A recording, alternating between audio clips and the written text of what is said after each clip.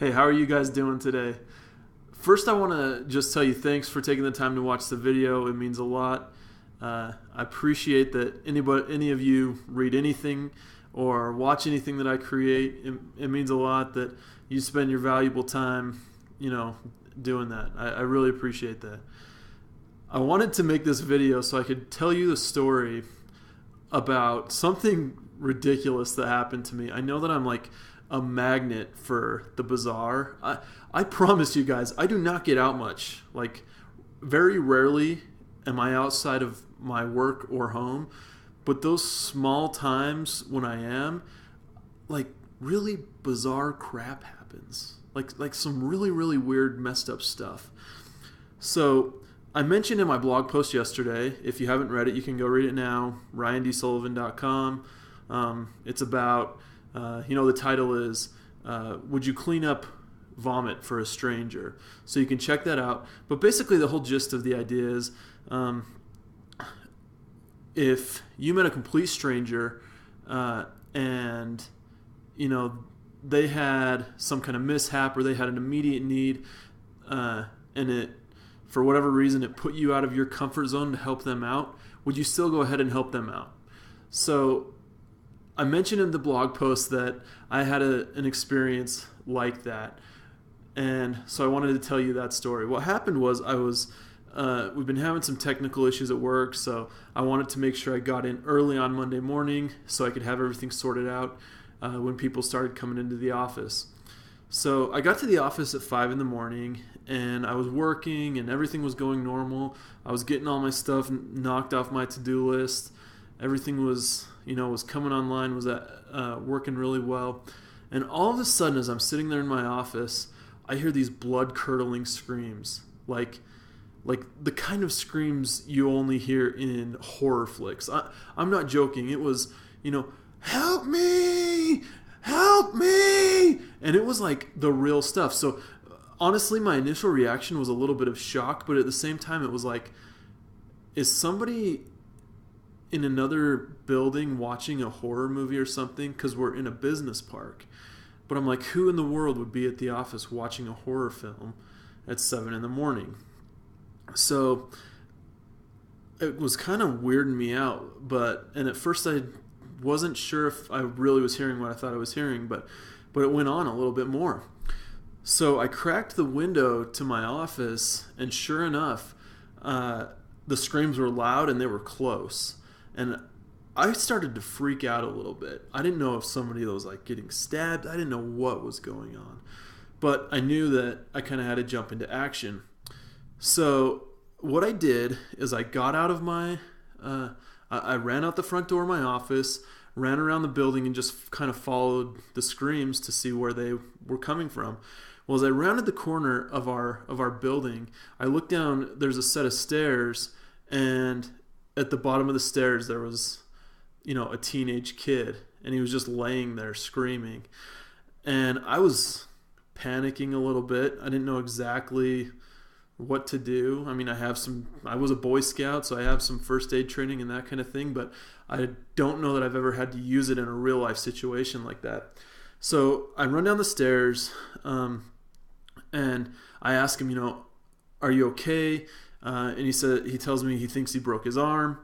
And so I'm like, okay, well, so what do I need to do first? It didn't seem like quite enough of an emergency to call 911. So I said, well, what's your mom's phone number? Let's call your mom. And he's just laying there screaming and crying the entire time. Well, he goes to stand up, and I say, no, you can't stand up, buddy. You can't put any weight on that arm. So I pick him up, and he's standing under the awning, and just then I dial his mom, and I hand him my phone. And he takes the phone, and I can only hear one side of the conversation, but he's screaming and he's bawling, and I guess his grandma, he lives with his grandma maybe, picked up the phone, and all I can hear is his side of the conversation, and he says, "Grandma, I've fallen, and I hurt my arm. I fell at the business park, and I need you to help me, and I need you to come get me." And I'm telling him, if you need a ride, buddy, I can give you a ride. And what happened next was was a little bit comical and kind of made me realize he wasn't in as bad a shape as I thought he might have been, because he immediately goes, "No, Grandma, the business park." And he starts yelling because she's probably old and couldn't hear him that well, and he starts yelling at her.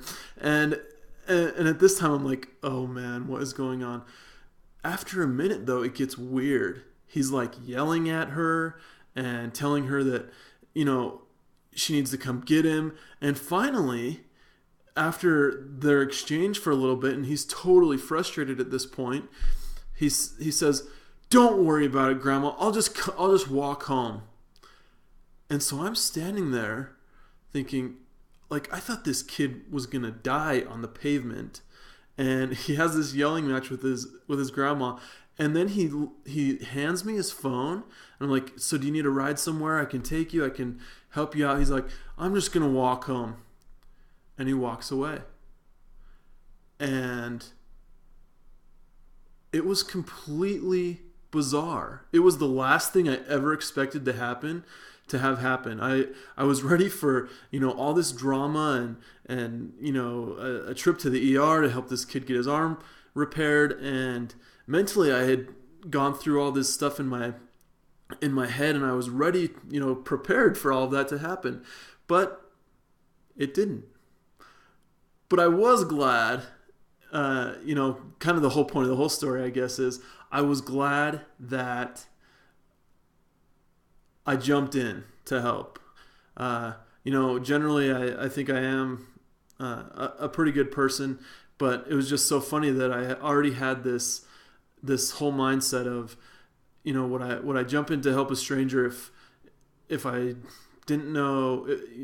You just never know unless you're like truly put to the test in that way, and so I was happy that I did kind of pass that test. I thought my mom would probably be proud of me, and it was a good reminder to me that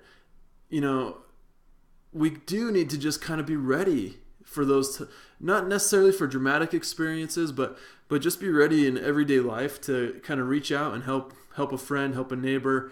Those types of experiences are gonna come up, and we're gonna have the ability, the opportunity to serve and to help other people. So I hope we can do that.